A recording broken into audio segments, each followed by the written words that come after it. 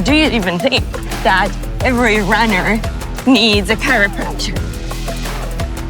Of course.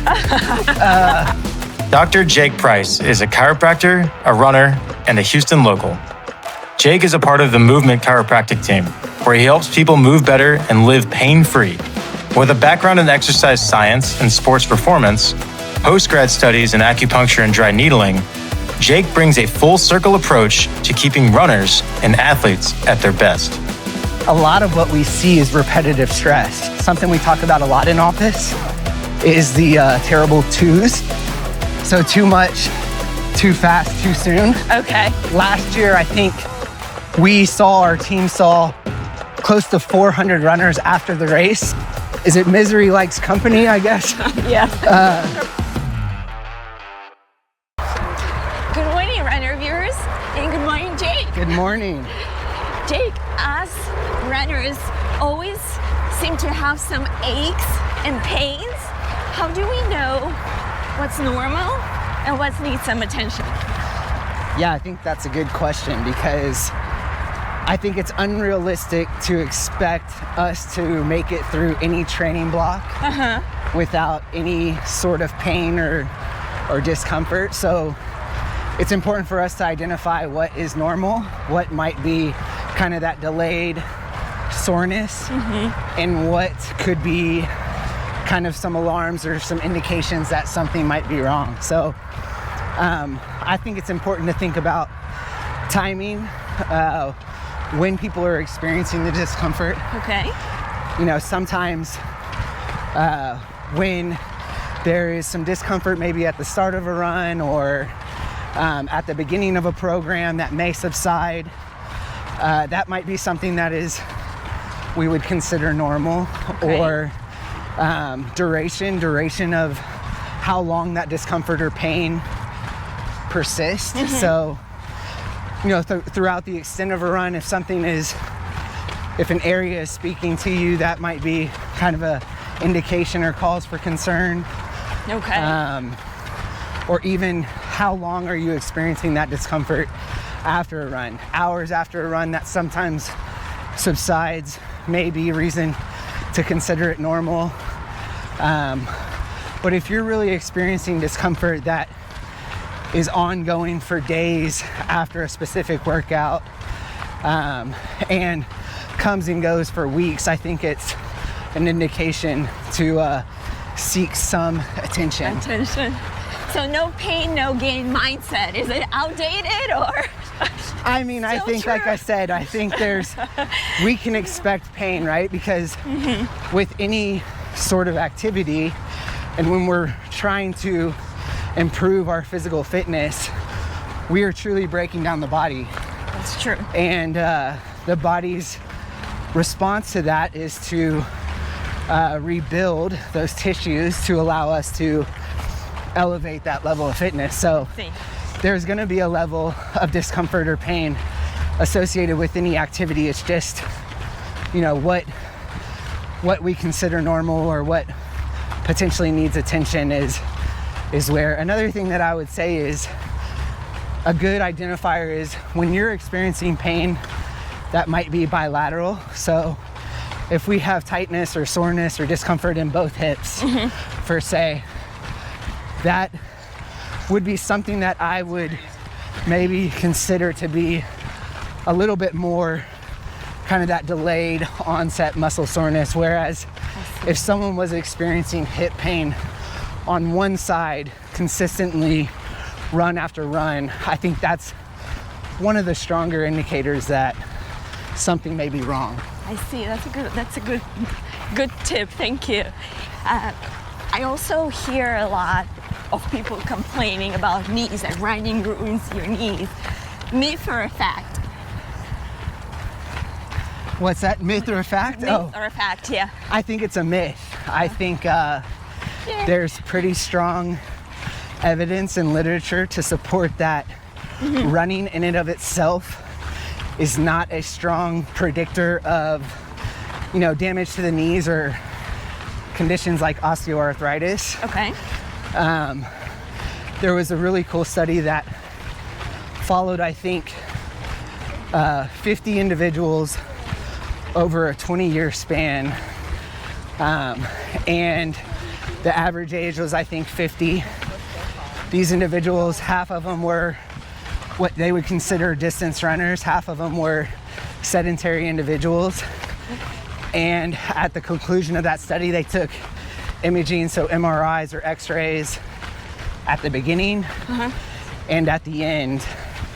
And they found no increased incidence or changes of osteoarthritic changes or indication that, you know, damage to the knees had occurred throughout that process. So, you know, I think that's a pretty strong case that running in and of itself is not a predictor or risk factor for knee arthritis or damage. That's very good to hear.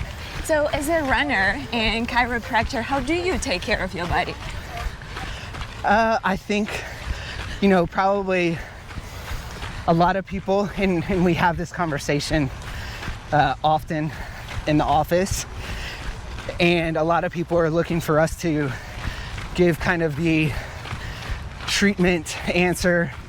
What are the best exercises or modalities or therapies, when there's a lot of, I think, low-hanging fruit that people tend to neglect. Sleep is one of them. You know, your sleep duration goes through predictable cycles. So light sleep, deep sleep, REM sleep, I think we all can kind of understand or know to a certain extent what those mean. And our deep sleep is really that restorative phase. So, you know, I think that's one of those barriers to entries. If you're neglecting sleep over a period of time, it's hard for us to make recommendations on what next best steps are. Interesting. Okay. So that would be one.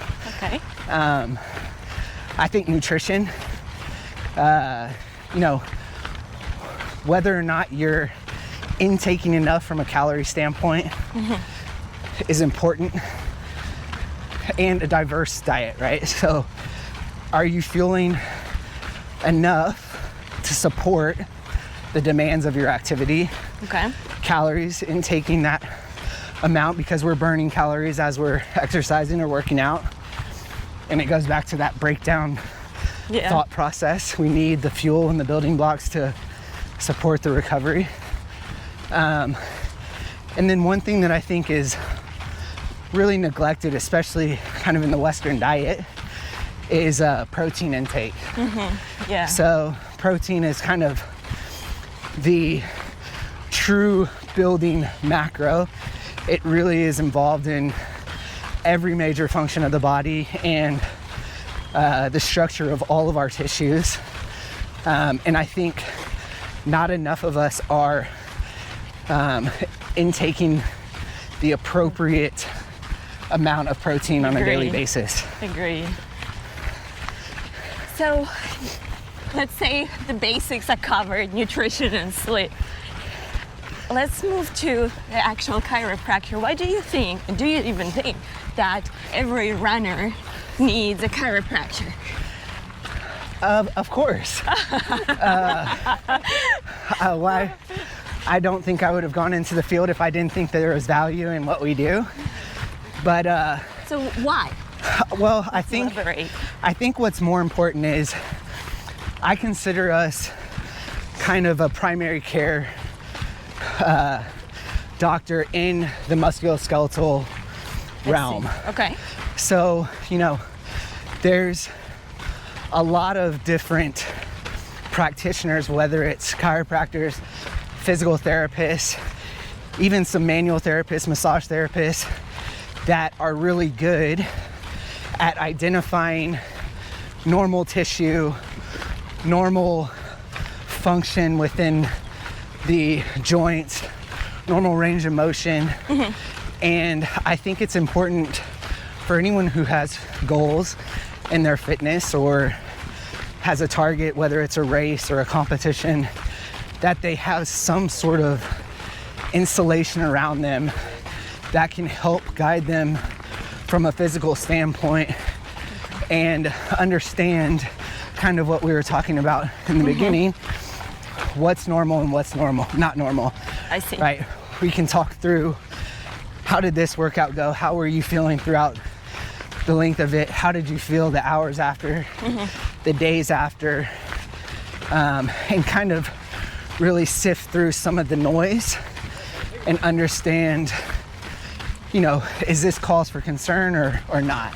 I see. So whether it's a chiropractor, whether it's a massage therapist that is educated enough to identify those things, or a physical therapist, I think it's important to build the team around you when you have goals. I see. So, and we'll cover those areas as we move along. But running is a very repetitive sport. What are the most common injuries that you see in your practice? Yeah, I think the ones that everyone kind of is aware of and fearful of when they take on the sport of running. Plantar fasciitis, Achilles tendonitis, shin splints. We see a lot of bone stress injuries, whether that's stress fractures or stress responses. You know, the typical muscle strains. But I think it's important to kind of highlight how you brought this topic up is a lot of what we see is repetitive stress. So there is some sort of insufficiency in our recovery plan that is not adequate enough to the demands that we're placing on the body. So I see. So to prevent those injuries from happening, what do we need to do? You should find a chiropractor or a physical therapist or no. I think, you know, we're gonna link the movements to yeah, perfect. I think cover the bases first and foremost. We're getting enough sleep. We're getting enough hydration. We're getting enough nutrients into our body to really support the training program. But from a preventative standpoint also, it's important to have a program that aligns with the goals and with, you know, your level of fitness from the start. Okay. I think something we talk about a lot in office is the terrible twos. So too much, too fast, too soon. Okay. I like that. Those are kind of the leading risk profiles of these repetitive stress injuries. So you progressed the program too fast. You started something before you were really physically capable. And I think, you know, if you can find a program or a coach that is guiding you in a progressive, gradually progressive program, whether it be intensity or volume, that's important. I agree. So let's just maybe touch on a couple of typical injuries, because I know lots of people in my circle experience that. Plantar fasciitis, you mentioned that. Can you first explain what is it and then why is it happening? Yeah, so the plantar fascia is a connective tissue at the sole of the foot that really is an extension of the Achilles and the calf. Okay. So, you know, it's another one of those common repetitive stress injuries where maybe there is enough workload and stress on the calf muscle, which may lead to a shortening or increased amount of tension that places a lot of tensile strain on the Achilles or the plantar fascia. Okay. You know, there might be a process that occurs where that tissue begins to break down and is no longer recovering after the demands, and can become very painful and debilitating. So I think it's important to, sometimes we focus treatment in and around the sole of the foot and the plantar fascia, but what can we do away from that area that might be kind of the ultimate culprit or the source of the pain? Can we focus on the calves and strengthen the calves? Can we strengthen the hamstrings, glutes, other areas, or maybe there's an underlying mobility issue with the ankles? Oh wow, even that far. Yeah, so there's different things that through an evaluation we may be able to identify some dysfunction, and whether it's joints, muscles, that could be leading to those injuries. Are they treatable? Definitely. Okay. Definitely. We do, like I said, we can do manual therapies to the calves, or other muscle groups throughout the leg that may be leading to the increased stress, wear and tear on the plantar fascia. Or we have other options, whether it's dry needling, cold laser therapy, shockwave therapy. All those are very effective modalities in treating the calf and trying to calm down whether it's inflammation in that tissue or even rebuild some of the collagen fibers that would be breaking down in the tissue. I see. That's good. How about shin splits? Why are those things happening? Yeah, so same thing. I think they all kind of fall under the category of those repetitive stress injuries. That injury specifically, there are a group of deep lower leg muscles that actually are attaching to the lower leg bones, the tibia. Okay. And their attachment site is really a connective tissue film that envelops that bone. So as those muscles tighten up, they begin to tear away that connective tissue from the bone, which really weakens the bone, can lead to stress reactions or bone bruising or swelling or edema in the bone, and then if not managed could eventually progress to a stress fracture. So it goes back to what's the cause. Potentially it's tension within specific muscle groups. Can we address that tension to take the stress away from the source of the pain or what's causing the pain? Wow. Unbalanced pelvis. Balanced pelvis? Yeah, balance or unbalanced. Again, know some friends who are struggling with that. How important is having a balanced pelvis for running? Yeah, I think, the pelvis is a structure that takes a lot of the loads of the sport. So a lot of this force dispersion happens at or around the pelvis, and making sure that there's the appropriate stability. Okay. Are the muscles that stabilize the pelvis or balance the pelvis working effectively is something important, or is there enough mobility within that lumbopelvic section of the body to be able to distribute forces when they do come. So, something that I see often as being kind of a risk factor is glute weakness. Those are, the biggest, probably strongest muscle group of the body. Yeah. And probably the primary balancers of the pelvis. And when those are weak, and oftentimes they are in runners because we live in such a sagittal world in this sport, or planar world, that can lead to a lot of dysfunction throughout the lower limb and oftentimes lead to some of the conditions that we just talked about. So those muscles are responsible for really leveling the pelvis when we do encounter single leg activities. And when those muscles are weak, you can see a dip in the pelvis, which eventually leads to an internal rotation in the femur, Oh my. medial collapse of the knee, and then an in-rolling of the ankle and foot. And those dysfunctions are really kind of precursors to a lot of the injuries that we see. So that dysfunction could be kind of the linchpin of it all. Yeah. So what do we do? Go to the gym?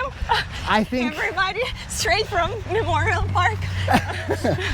I think it's important to have some level of strength training, whether that's once a week, Okay. twice a week, and an emphasis on those single leg activities.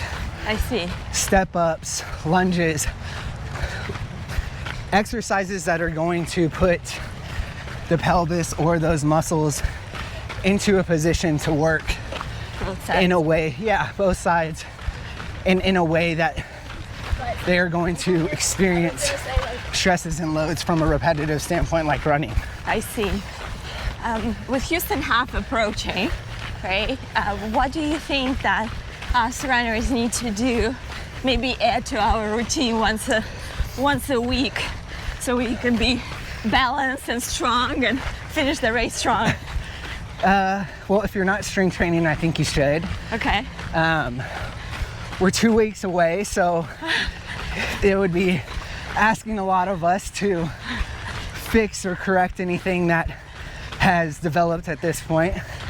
But, I think there's ways to support the race by getting some manual therapy done, chiropractic adjustment, which could improve mobility or range of motion in specific areas of the spine or pelvis, ankles, knees, hips. All those things are going to reduce the stress and the demand that comes with running, and I see. may improve performance either on race day or throughout the training process. That's great. And you mentioned that chiropractic adjustment, and we all know or heard those massive cracks that are happening. So can you actually explain what's happening in the body when you do the adjustment? Yeah, so that's a good question. Something that we get asked often. Okay.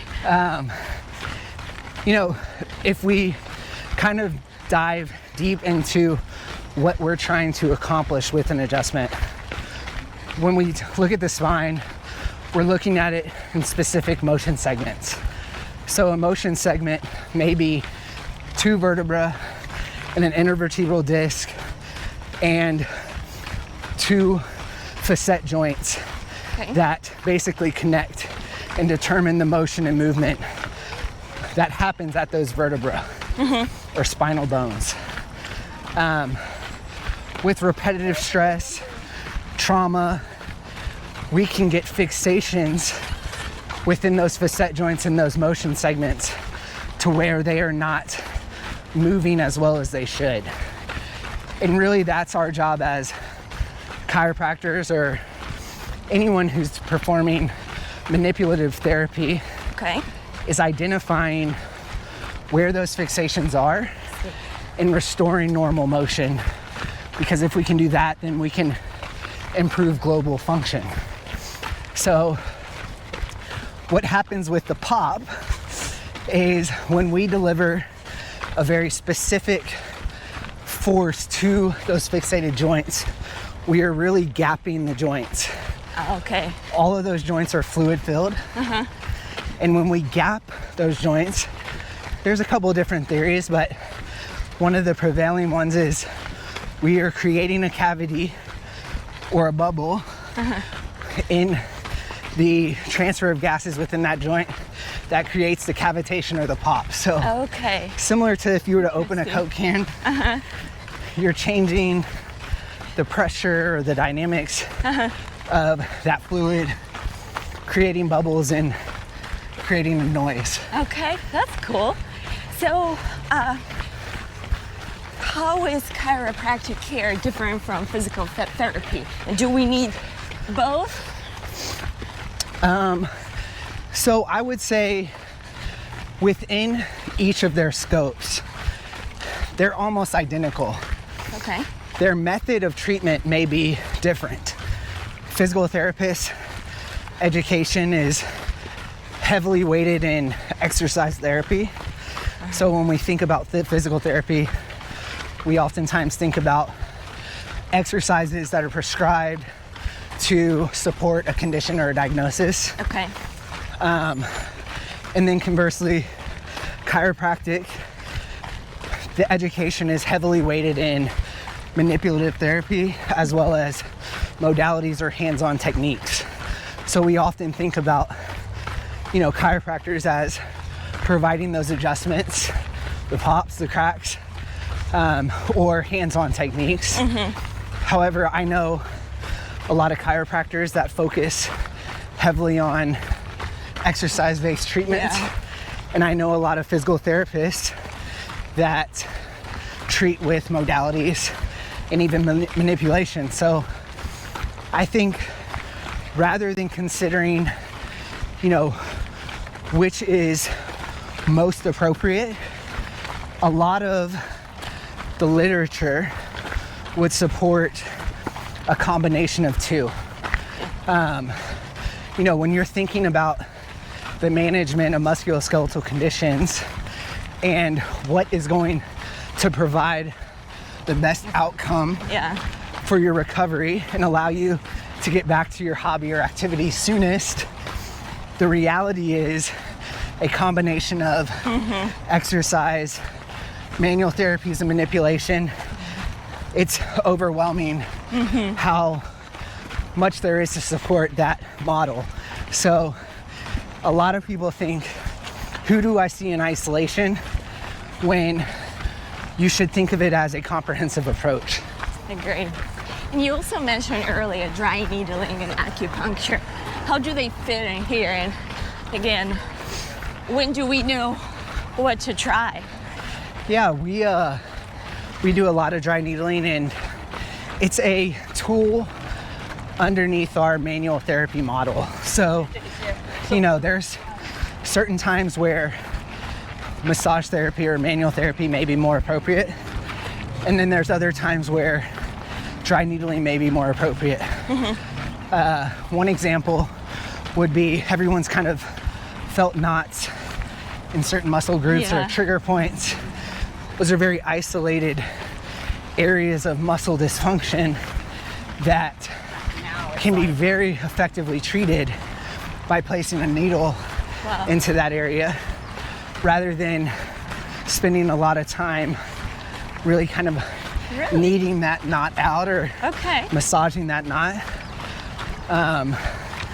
Or, whether it's an acute injury, we may venture away from the needling and do a little bit more soft tissue that's a little bit easier and passive, because when we insert that needle, there is a insult or injury, controlled injury to that tissue, which oftentimes stimulates healing responses.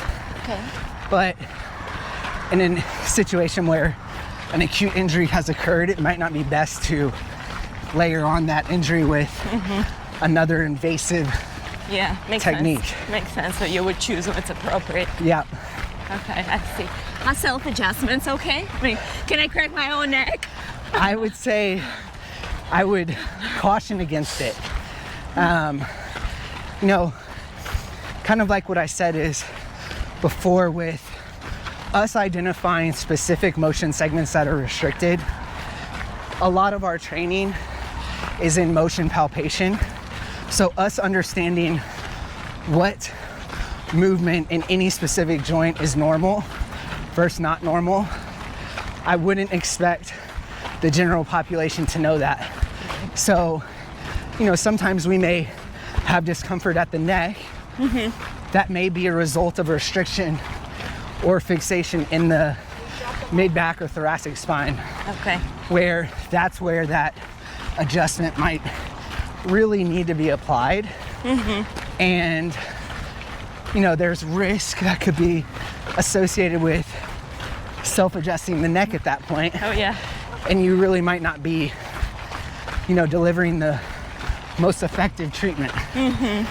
So speaking about adjustment, we've seen some what I think could be bizarre adjustments on social media, and I wonder if you yay or nay them. So the ring dinger adjustment, is it a yay or nay from your standpoint? I think it depends. It depends. And the goal of that adjustment is a long axis or Y axis distraction of those joints. So when we think about the fixations or restrictions that are occurring in the spine, like I mentioned before, we're trying to separate those joints. One way to do that is by pulling from a long axis force to really separate those joints. I think the controversy lies within the sensationalism of that adjustment. And that's one that a lot of people can recognize and see us doing on a social media standpoint and think that that's what's most appropriate for them. When there's a lot of reasons to not utilize that adjustment. And there's a lot of reasons to not utilize any specific adjustment. I think that might be kind of one of the misconceptions with chiropractic is that is the only tool available to us. And so that is what you will get when you enter a chiropractic office. And it's just not the reality. I won't say yay or nay on the so ring dinger, somewhere but in the middle. How about nose adjustment for better breathing? I honestly have not done enough research on that. I'm gonna say nay just because it's not something that I do, not my specialty. I know a lot of people deal with sinus issues and really they're trying to restore some function within that system, but you know, I think if a patient is getting better, then hey, there's value in it. Tailbone adjustment with a hammer. I think this is another one of those attention grabbing. Now, I will say that there are adjusting techniques that utilize tools. A lot of them are low force, low velocity tools for specific populations, like let's say elderly, someone with demineralization of the bone. They have a low DEXA scan and their bone density is compromised. I would likely not apply a force, especially not a Y-axis or a ring dinger, to that patient population. So a tool that lowers the force to that specific joint is probably something that is most appropriate. Now, a hammer to an area, I've seen those done as well, and I will say nay in the sense that they're not done in our office. I mean, after watching those videos, I'm like, I don't know, I'm kind of afraid to see a chiropractor. And I've been seeing one for years. So. Have you ever received one of those? No. I would say probably the vast majority of us are not utilizing those adjustments. Movement Chiropractic is sponsoring Houston Half that is approaching. What does it mean to you and to your team? Yeah, we're extremely excited. This is our third year to be involved with that race. I think it's one of the best ran races in Houston. It's an exciting race. It's kind of typically right as the weather starts to change. Now, the last couple of years, we've had a hot race, but I feel like it's when, you know, everyone is getting excited about the running season. You start to see a lot of people out at Memorial Park, Allen Parkway, training on the weekends. So the energy is there throughout the city and that weekend with the race. And it means a lot for us to be involved in the Houston running community. We treat a lot of runners, and last year I think our team saw close to 400 runners after the race. Oh, wow. And provided stretching, Yeah. post-race recovery, soft tissue. So it's a way for us to give back, kind of educate people on what they can be doing from here on out, whether this was their first race or they're training for, their 10th marathon. I think there's ways for us to help educate and maybe screen, right? Yeah. Listen to absolutely. those people who maybe have been feeling something different from a discomfort or pain level. And if it's not us that can help them, maybe we can provide some means of comfort or referral to someone that can at that point. So That's great. We're looking forward to seeing you there. absolutely. What does running taught you in life? Maybe some lessons that you are applying from running to your life. Yeah, I think, I selfishly got involved with running because at the time I was practicing in Sugar Land, and our practice actually sponsored one of the bigger running groups in Fort Bend. And, experience is the best teacher. It's hard for me to understand what someone is going through in a running season and really be able to decipher whether or not what they're experiencing in their program is normal or is it cause for concern. So I got involved and signed up for a marathon when we began that sponsorship. Wow. And really kind of immersed myself in the community. And through that process, I learned a lot, probably more than any class could have taught me in chiropractic school. But I think there is a social aspect that I gained that I was not anticipating. There's an experience, obviously, on the Saturday runs or, on those group training runs, whether it's speed work, where, is it misery likes company, I guess? Yeah, for sure.